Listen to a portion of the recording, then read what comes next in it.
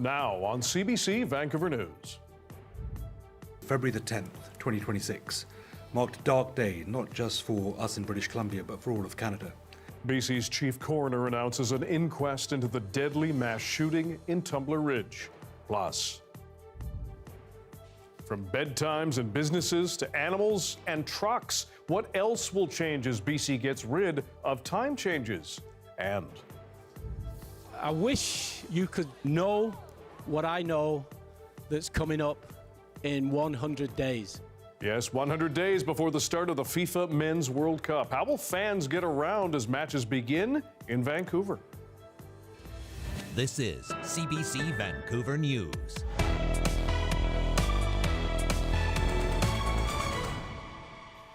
Hello, I'm Dan Burritt. Thanks for joining us. This Sunday, most British Columbians will change their clocks for the last time as we move to permanent daylight time. Prepare for darker mornings and brighter evenings by next winter. Benit Brach has more on the impact to lives and businesses in the Fraser Valley. This cafe owner in Sumas, Washington, relies on Canadian customers. Permanent daylight savings in BC is causing her some worry. If you're having two completely different time zone situations with a mile apart from each other, like it's just going to be very difficult. Nicole says travelers could be confused, arrive too early or too late, and she may need to adjust her hours. That would affect everything from staffing to, the cost of staffing and the availability. All of those things are going to be at play. She hopes Washington can follow BC's step. In the Fraser Valley, business groups also questioning the long-term impact. Business groups like ours have been in favor of stopping time change for a long time, but kind of the caveat was that we would be doing it in conjunction with the rest of kind of the jurisdictions up and down the coast. So that'll be the big question that hangs over this is what's the impact on our film sector, on our manufacturers and exporters, and how we're going to navigate that going forward. The BC Trucking Association says companies will need to be mindful of client schedules in different time zones like the U.S. I can certainly see some initial adjustment problems that come into play just to make sure that we all understand when we're operating. But Earl says he's not expecting significant impact. He says many drivers are cognizant of time changes already. Come here, girls! Meanwhile, for this dairy farmer, operations also won't really be impacted. Sarah Sash's family dairy relies on this robot to milk their cows. It's automated and they just come and go as they please, so they average about 3.2 times a day. I don't think that'll really change their routine. She says in the past, the system had to be reset twice a year when the clocks changed. But Sash says for many other dairy farmers with different milking systems, no time changes could mean happier cows. For the cows, they're used to being milked twice a day, sometimes 3 times a day at a specific time. So it can take them up to a week to adjust to getting used to a new milking time. And as businesses wait to see the full impact of unchanged clocks, BC's government hopes that businesses will see more stability. And issues like sleep loss, kids awaking at the wrong time, and even a rise of car accidents are problems of the past. Benit Brach, CBC News, Chilliwack. Vancouver Mayor Ken Sim is once again apologizing for falsely claiming an opposition councillor handed out illegal drugs on Christmas Day. And Sim is explaining a little bit more about how the claim came to be in the first place. Leanne Yu joins us with the latest. Leanne, last time the mayor just repeated his apology over and over and over. What does he say now? Dan, Ken Sim says someone showed him a photo that supposedly depicted co-councillor Sean Orr handing out illegal drugs. It's not clear who showed him the image. Sim admits he didn't fact-check it before he made the allegation while speaking with Chinese language news media a month ago. I didn't verify what I thought I saw, and frankly, I should have never repeated it to begin with. We will be sending out a statement in Mandarin and Cantonese as well. I asked Sim if he would share the apology on WeChat, the Chinese app where ABC councillor Lenny Zhou had posted similar false claims. Sim says his team will use various forms of media to share the message. Leanne, what does Sean Orr say about this latest update and explanation from the mayor? Dan Orr says an apology doesn't address the harms done to his reputation. To me, this shows incompetent leadership, that you would not fact-check this photo before going to the media and trying to destroy the reputation of one of your colleagues. Orr says he wants to see a plan for how the mayor would prevent this in the future, and he's still reviewing his legal options. Dan? Leanne Yu, thanks very much. People in Tumblr Ridge may be a step closer to getting some answers about what led to last month's mass shooting. 8 people were killed, 6 of them children. Police say the shooter then took her own life. As Caroline Bargood explains, the province is preparing to hold a coroner's inquest. It's a question plaguing the small community of Tumblr Ridge. What led an 18-year-old to murder 8 people? Now British Columbia's chief coroner says an inquest will look to answer it. We will be able to go back in time and look to see what shaped the individual, the perpetrator, in becoming the person that they were before they did what they did. Jesse Van Rootselaar had known mental health issues and previous contact with police. RCMP say Van Rootselaar began transitioning to female at 12 years old. 2 years later, she dropped out of school. If gender diversity was an issue and comes up as an issue in those circumstances, then it will be examined in a fulsome fashion. The inquest will also look at how Van Rootselaar obtained the guns and what role technology may have played. OpenAI had banned Van Rootselaar's account last June after her interactions with its chatbot triggered an internal review, but the company didn't notify police until after the shooting. Provincial Conservatives have been calling for a public inquiry. BC's Public Safety Minister says it's not off the table. If additional questions remain, the Premier has been clear that we will explore all options. This legal expert was involved in Nova Scotia's Mass Casualty Commission following a rampage that left 22 dead. The public inquiry has a broader mandate to look into the systemic and structural factors that may have contributed to mass casualties, such as the one that happened at Tumblr Ridge, whereas a coroner's inquest will be much more focused on the particular events that played out. The inquest will eventually be held in Tumblr Ridge so the community can hear testimony firsthand. The coroner's office first has to conduct its own investigation, and that won't happen until RCMP close its case. Caroline Bargood, CBC News, Vancouver. Police in Abbotsford say a 68-year-old woman had to be airlifted to hospital after suffering severe burns in a trailer fire.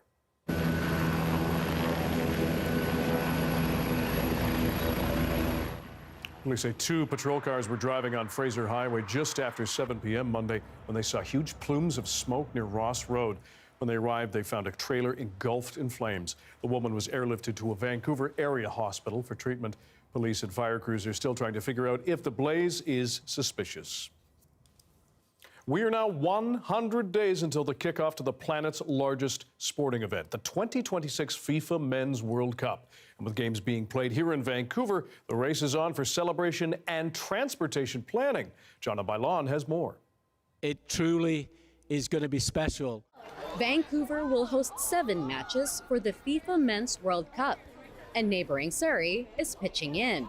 From June the 11th to July the 19th, the City of Surrey will be hosting live screenings of World Cup games at 3 locations across our city.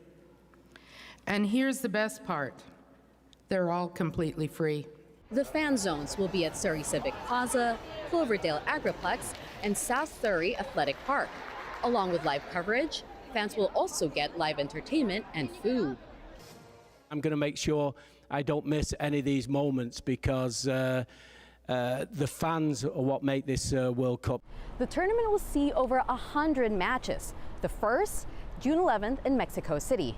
Along with Vancouver's 7 matches, Toronto will host 6 games. The final one will be July 19th in New Jersey. Many here are eager to welcome the world. Hosting the tournament gives us a powerful platform, a chance to showcase BC as a world-class destination for business, talent, and investment. And with hundreds of thousands of fans expected in town, transit is upping its game. TransLink is boosting service across all of our modes: bus, SkyTrain, SeaBus, and West Coast Express. That includes a dedicated shuttle to the fan festival at the PNE. But for those lucky enough to go to games at BC Place, Yaletown Roundhouse, and Stadium Chinatown SkyTrain stations won't be an option because of a security perimeter. When you're getting off the SkyTrain to get to a match at BC Place, Vancouver, you will need to use Main Street Science World, not Stadium Station. The first match here at BC Place between Australia and a yet-to-be-determined opponent is scheduled for June 13th. Jonna Bailon, CBC News, Vancouver. The Vancouver Fraser Port Authority is asking ships to slow down in the Haro Strait and Boundary Pass areas of the Sailor Sea after orcas were spotted there over the weekend. A one-month trial of its ECHO program has been launched, which normally runs from June to November. World Wildlife Fund Canada has been working with the Port Authority on this. The incentives to reduce the kinds of threats like underwater noise in a much more significant manner that's been done right now. If we don't do that, we are really at risk of losing this population.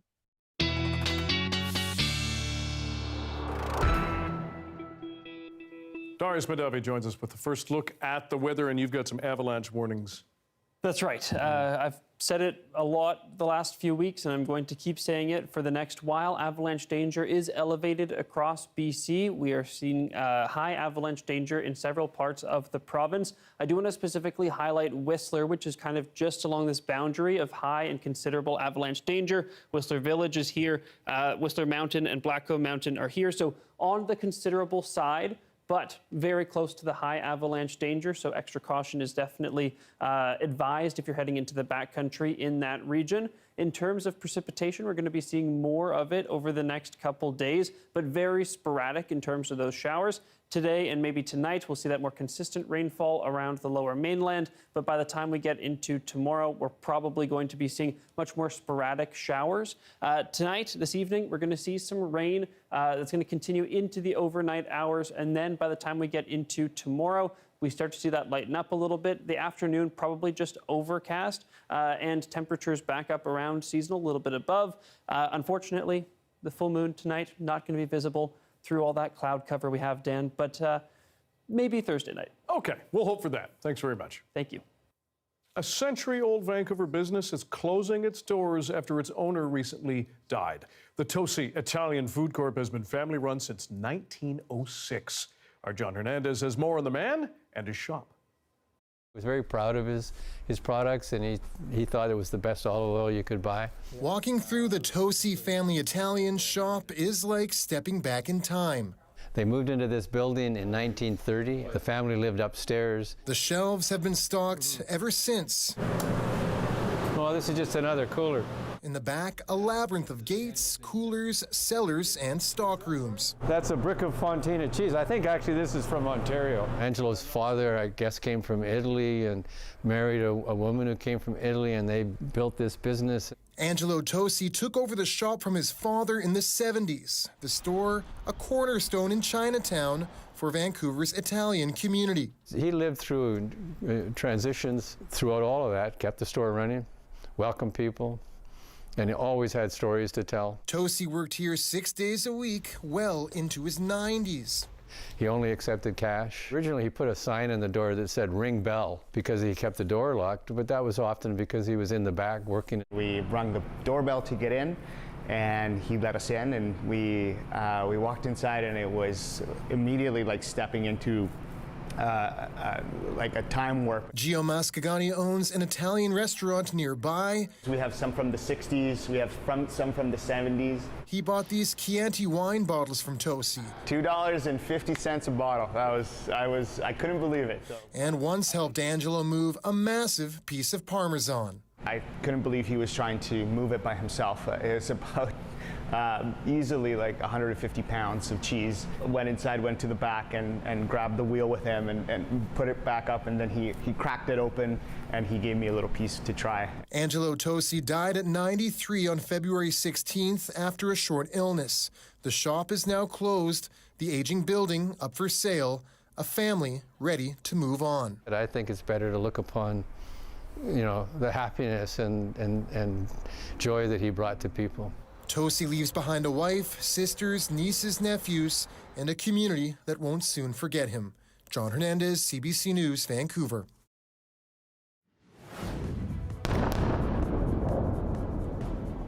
Coming up, another dangerous expansion of the conflict in the Middle East. Israel has now launched a ground incursion into Lebanon. That story, next.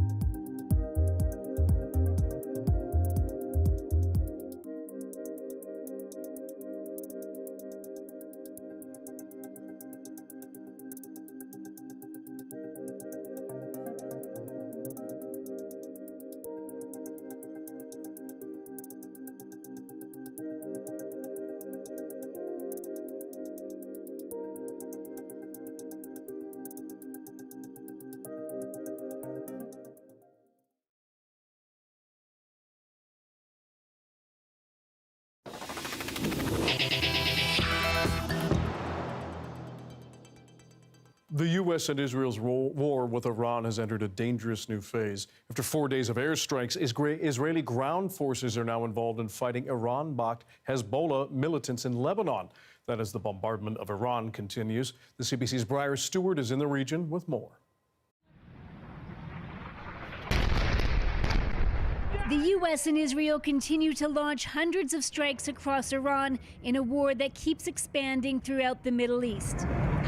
Among the targets Tuesday, this building, which is used by Iran's Assembly of Experts, the group tasked with choosing the next supreme leader of the Islamic Republic. While the U.S. and Israel say they're hitting military and regime sites, schools have sustained damage as well. Iranian officials say more than 160 were killed in a strike on a primary school on Saturday.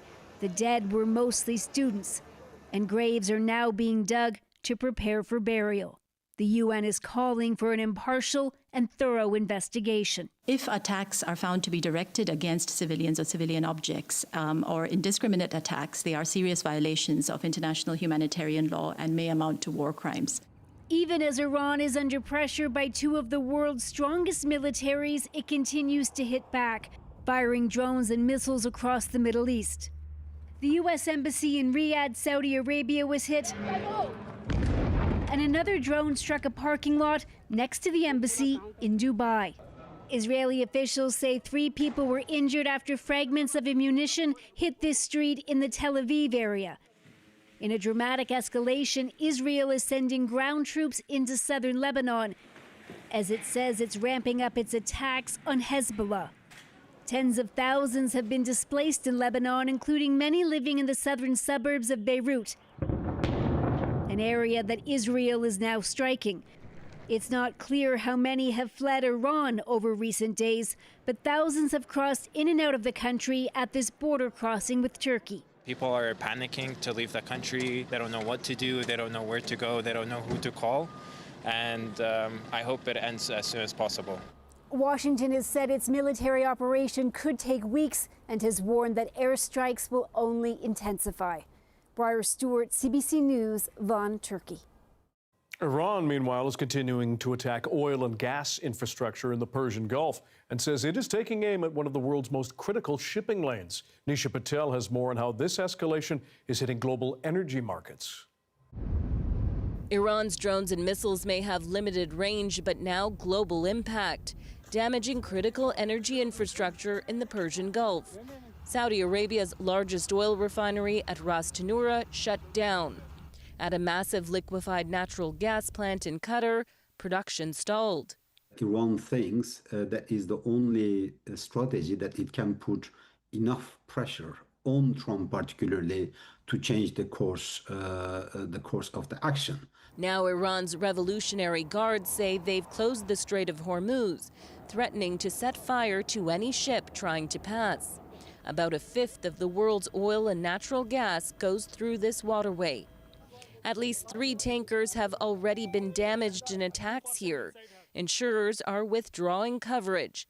Dozens of tankers are stopped on either side of the strait, unwilling to risk passage. Obviously, right now, Iran reacting to a lot of the U.S. strikes in a very unpredictable way, and that is part of the risk assessment that we're seeing show up in the price of oil. The concerns this conflict will disrupt energy supplies, driving oil prices higher. If we take the assumption that flows from the Gulf stop for 5 weeks, then I think we have to be prepared for significantly higher oil prices.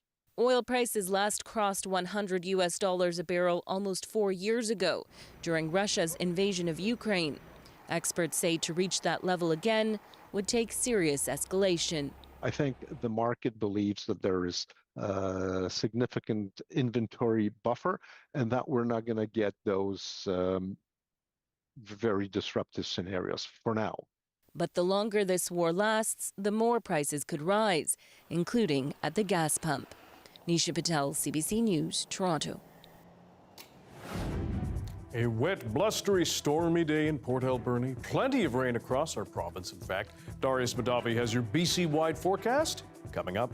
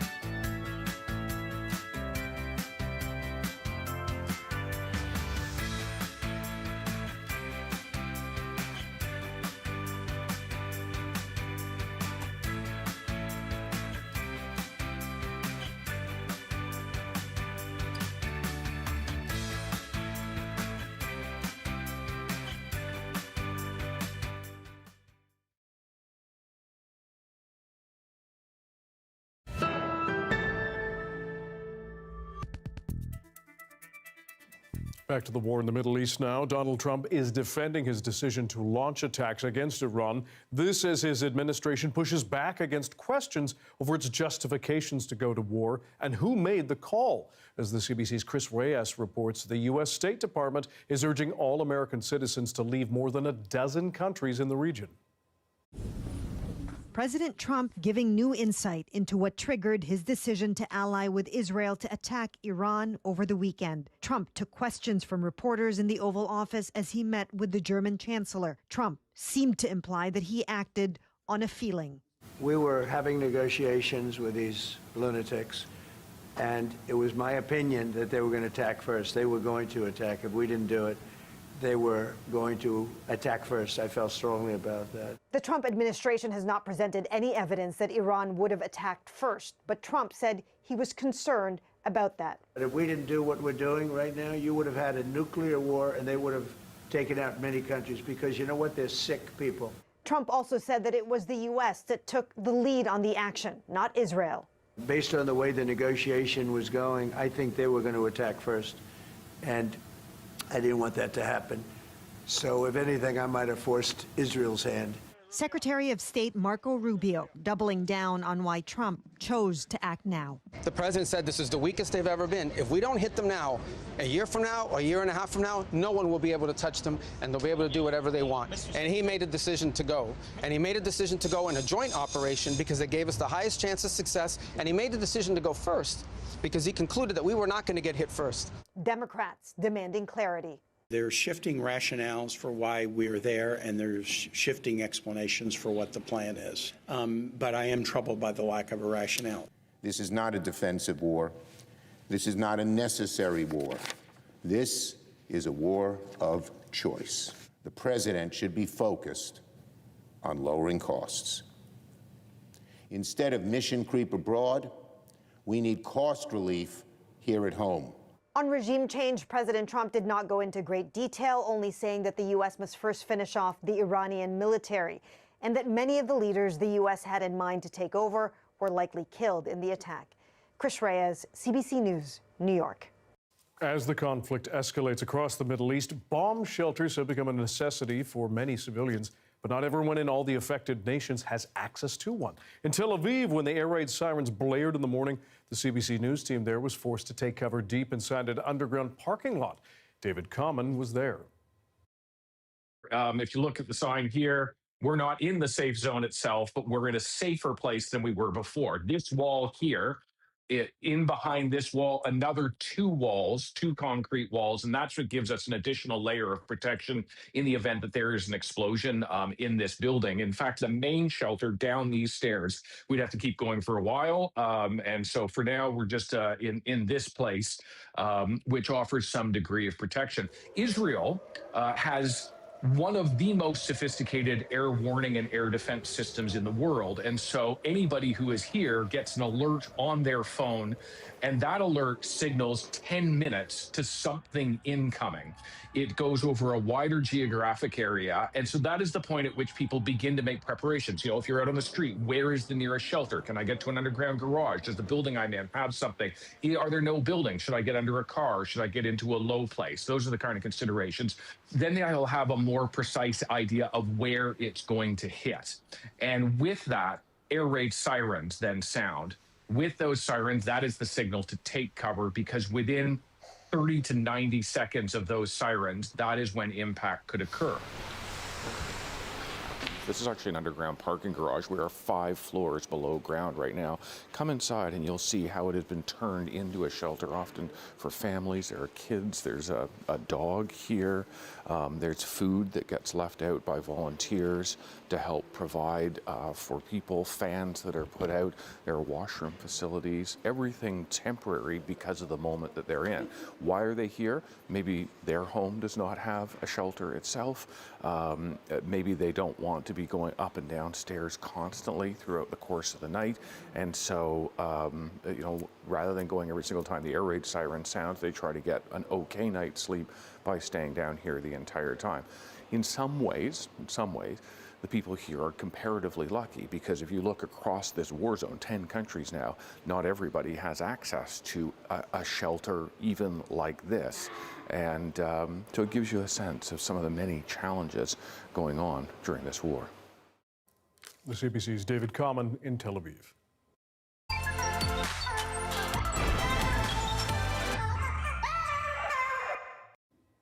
Equestrian is a sport that resonates with many people across the globe. For a duo from Punjab, India, they reconnected with their love of the sport here in BC. Food and culture writer Raj Tandi connects with two horseback riders who left the sport behind to pursue the Canadian dream, but are now making their way back onto the saddle.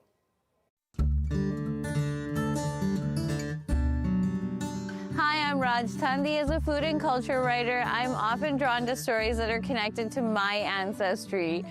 The ones that I find the most intriguing are often the ones that also surprise me.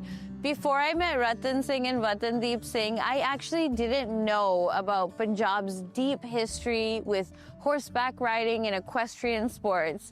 This is how that cultural connection led these two immigrants to set up their dream here in Abbotsford. I'm from Punjab, so my village name is Koman Kala from there. That's where I was born and grew up. I remember my first interaction with the horse when I was probably around 4. One of my dad's uncle, he came to our farm on the horse. So that's when I was like, wow, that's pretty cool. It was our first competition that happened in Chandigarh. So that's the first time I won a medal. While there was an arena full of people when we call it victory canter. So when they put the rosette on your horse and you do a victory lap all around the arena, then people are cheering for you when you win. So that's when like, oh, this is pretty cool. This is what I want to do it. First time I rode a horse was when I was about 4 or 5 years old. I don't remember much of that, but my grandfather used to tell me that I came off that horse very fast. But when I went to Punjabi school, Naba, they had this sport as a horseback riding. They had about 22 horses in that barn. And that's when I was actually formally introduced to horseback riding. The way we look at where we come from, who we are, what we represent. Our 6th guru started horseback riding, and it was very important for every Sikh to learn horseback riding. Back then, it was the mean of transportation and a mean of getting around. If you cannot get around fast enough, you cannot do anything. Vatandeep and Ratan both moved to Canada for post-secondary education, but they missed riding and participating in equestrian activities. So they started looking for opportunities to ride here in Canada and faced many barriers in their effort. The barrier was when we went to see them. There we find that people were kind of hesitant to put me on the horse because of the appearance, and they think you're not able to ride because they haven't seen anybody from eastern side of the world riding here in the North America.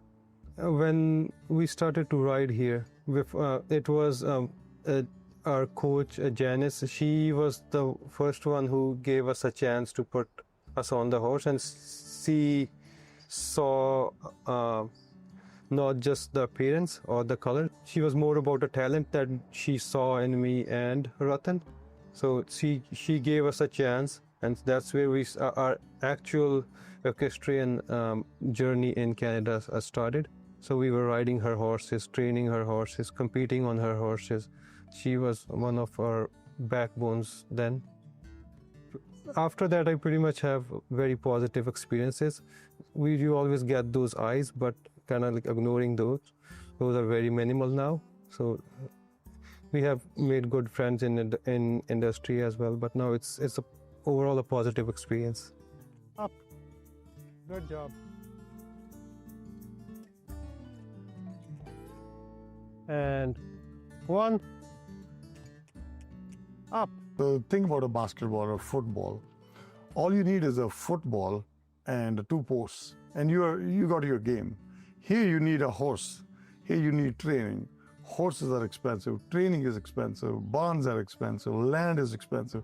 So when you look at the price tag, it took me and Watan to come back and sit in the saddle. It took us about a good 15 years, where now we have our own home ground, which is very important. We have our own horses which can compete. Like right now, the horses we have, these are Belgian warm bloods. When kids come in, they start off with grooming their horse. They start off with looking at the, how much water is in the horse's stall, looking at horse's stall. They start off with this responsibility of having, their best friend here. They want to make sure it's well taken care of. And then they dress him up, they saddle him up themselves, and they clean him up themselves, and then they ride him. And when they're riding, it's almost like playing a sport with another partner or companion. And that companionship is something which you cannot explain in the words.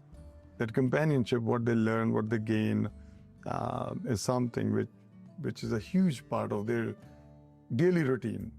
I've loved horses ever since I was little, and I always wanted to start riding them. I just wasn't allowed to because my parents thought it was too dangerous. And then after begging for a very long time, when I was 13 years old, they finally let me. I want to be in FEI show jumping one day. I want to represent Team Canada in the Olympics for show jumping. So I always call them future Olympians. I never just call them just kids riding the horses. We always call them future Olympians.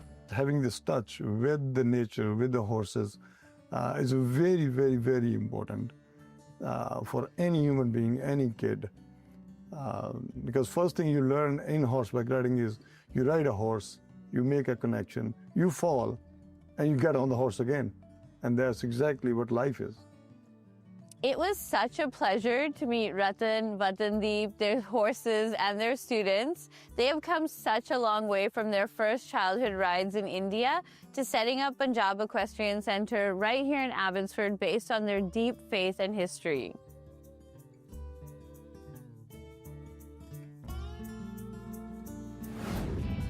The new CBC series looks at what women can gain as they enter perimenopause.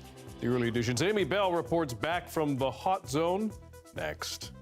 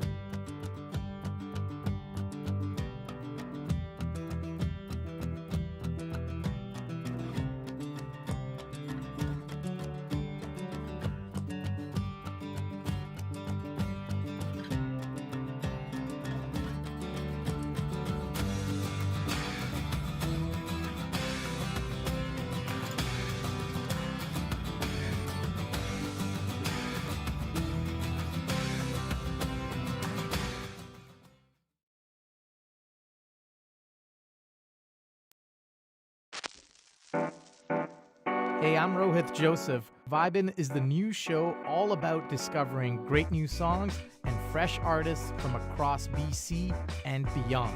Stream Vibin' on CBC Listen.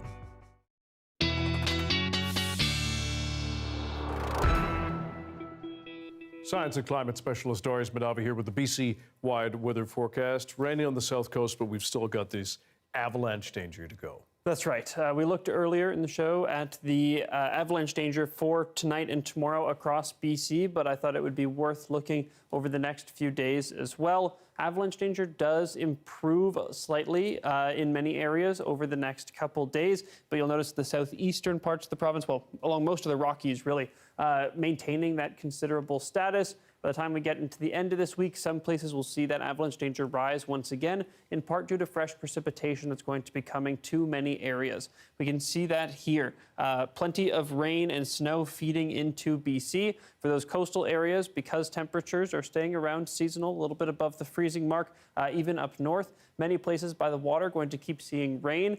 For parts of the inland north coast, some places will see snow, others will see rain. But up at those higher elevations, plenty of snowfall on the way. The ridge of high pressure has been keeping the southern interior mostly dry and mostly sunny, in most places at least. That ridge of high pressure is moving off, allowing some more cloud and precipitation to break into the south as well. Over the next couple days, it doesn't seem like anywhere is going to be hit particularly hard, but once we get into the end of this week and the weekend, some heavier precipitation is likely to come to parts of the coast. In the meantime, many parts of BC are going to see sporadic showers over the next couple days. Temperatures, like I said, staying around seasonal unless you're up in the northeast, where that cold Arctic air is still sitting in place. It is going to retreat a little bit as we get into tomorrow and then the rest of the week. So temperatures recovering a little bit in places like the Peace, even up in Fort Nelson, but temperatures staying similar to where they have been, low double digits in many parts of the south coast and in the southern interior. So warmer than normal, especially in the southern interior, but nothing crazy. No big heat wave or anything coming here. Conditions across the province tomorrow, many places seeing a bit of a wintry mix of rain and snow, especially some places on the coast, like Terrace, potentially seeing some wet snow overnight. We also have a chance of a thunderstorm in parts of the southeast, Golden and Cranbrook. I'd say parts of the southern interior also possible, but just less likely. Here is our 5-day forecast, Dan, and we have some more rain, showers coming in for tomorrow morning, drying up for the afternoon. Thursday probably stays dry, then that rain returns Friday and Saturday. Bit of a toss-up right now, whether it's going to be the consistent rainfall or the more sporadic showers. And that's why you put probably in brackets. Yes. Smart boy. For people experiencing perimenopause or menopause, loss of muscle and bone density can be a big worry. But what about fitness before and during those changes? A new Early Edition series takes a look at the ways the late middle-age condition can show up in a woman's body and her life. The CBC's Amy Bell now with the second story in her 5-part series. Okay, let's go up onto our toes. We've got calf raises, up and down. Right from a very young age, through puberty, pregnancy, and then into the golden years, the way a woman looks is often judged, compared, and commented on. Whether perceived as too little or too much, physical appearance can sadly take up a very large part of a woman's mind. And then comes perimenopause and menopause, and things get turned on their head. As estrogen levels drop, muscle mass and metabolism slows down, so weight gain, especially around the belly, can happen more easily. Bone loss also speeds up, raising osteoporosis risk, and heart disease risk goes up too. So, strength training, weight-bearing exercises, and regular movement really matter during this stage. And we're going to come forward, and then we're going to pull. Okay. Lindsay Honey is a personal trainer and owner of TrueFit Living in East Vancouver. She works closely with her clients, navigating that changing landscape of their bodies and really helping them understand what they need most, and teaches them how to build strength and resilience through it all. And of course, you can't just talk to a personal trainer. No, you have to whip out your workout gear and get sweaty, which I not only agreed to, but I agreed to do it on camera. I just turned 50. Oh. What do I need to be focusing on? Because the body is not reacting the way it used to react to everything. So all my tricks are not working anymore. Yeah, well, after around the age 30 is when all these physiological changes in our body actually start happening. And it's a slow decline of all body systems. So the things we want to focus on are strength training. Those are the things that we have the most control over, our strength training, and your heart is also a muscle, so cardio as well. Diet plays a big factor into it as well. All my favorite things. So if somebody were to come to you and they, they have the complaints, say, that I have, like I'm in perimenopause, I am feeling very different, and I don't know where to start.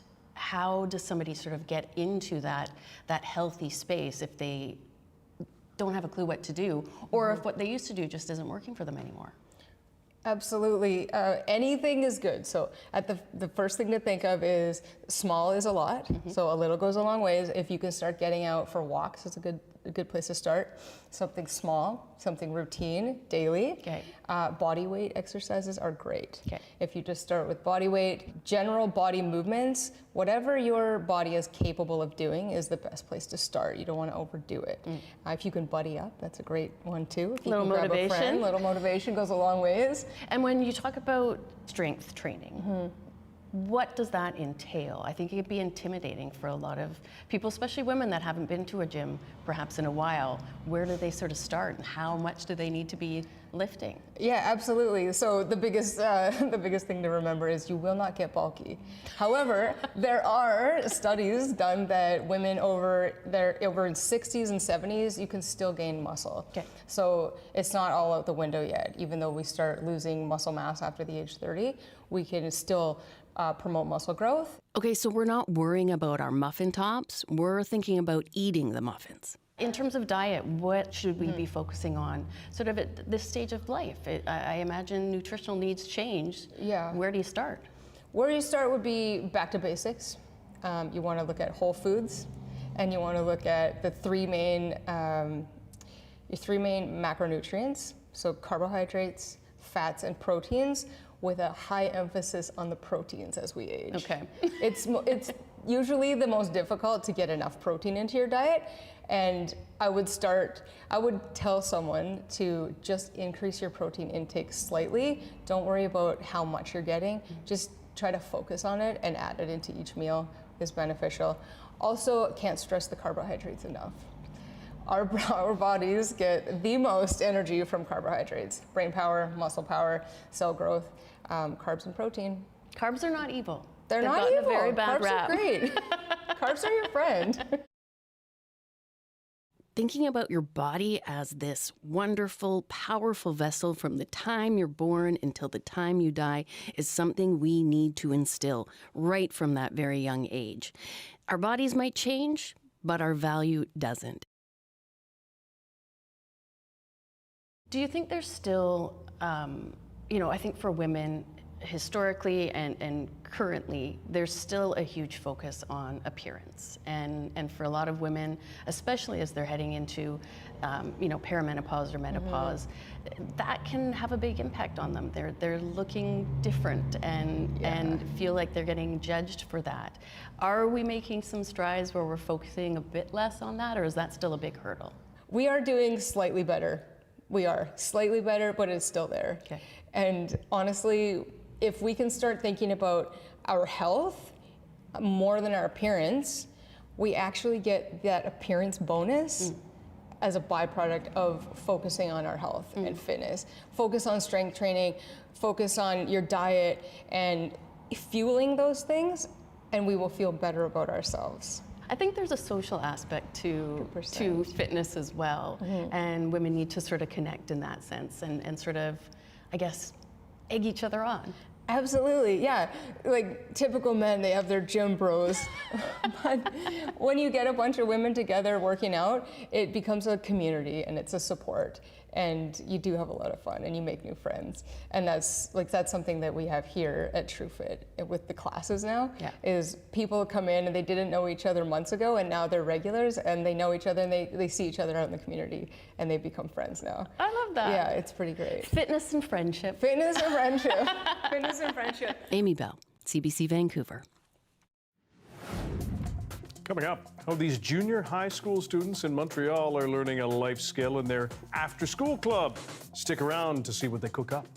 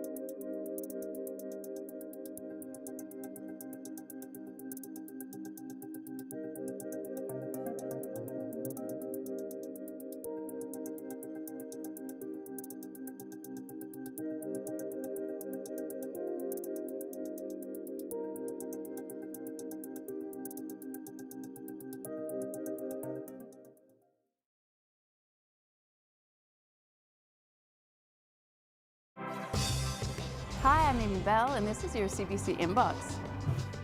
On March 12th, join CBC's Michelle Elliott and a panel of experts for the UBC webinar, What You Need to Know About Menopause. From the latest research to nutrition and physical therapy, get the insights you need. Join the conversation and register at alumni.ubc.ca. And never miss a special programming series, event, or contest. Subscribe to CBC's e-newsletter and keep connected with us.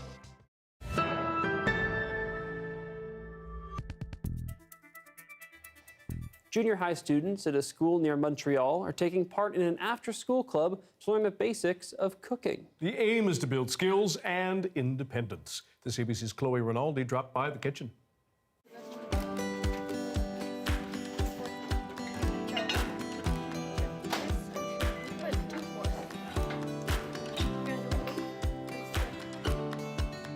I decided to join a cooking club because it was a good community and I love to cook. At home I cook a lot.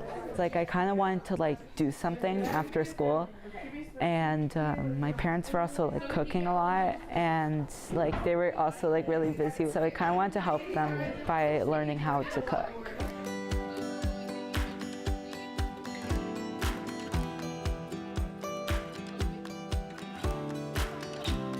Now you're gonna put the icing? We've done cooking, which was more something that was important to me, and now we've gone into baking. So we divide the year up into 2 different categories, and teaching the kids skills that sometimes they don't have time to do at home or not necessarily have someone to help them. And I think it basically makes them a little more comfortable. How about we use the knife here? It makes me a little more confident to like cook at home as well, because I didn't really cook before this. I feel way more confident in cooking. And I cook like a lot by myself, so I can like make dinner and stuff. I'm assuming that must be a huge help for your parents. Yeah. What do they say whenever you cook a meal at home? They really appreciate it because I have a big family, 7 kids. That looks amazing! And it's not something that you would learn in a classroom, and I think it builds confidence, and the confidence, I think, transpires into academics eventually. Good skills to have. Definitely. Thanks for being with us tonight on CBC Vancouver News at 6. You can watch this newscast on CBC Gem, YouTube, and our website, cbc.ca/BC. And we will have your next local news at 11 o'clock, right after the National. See you then.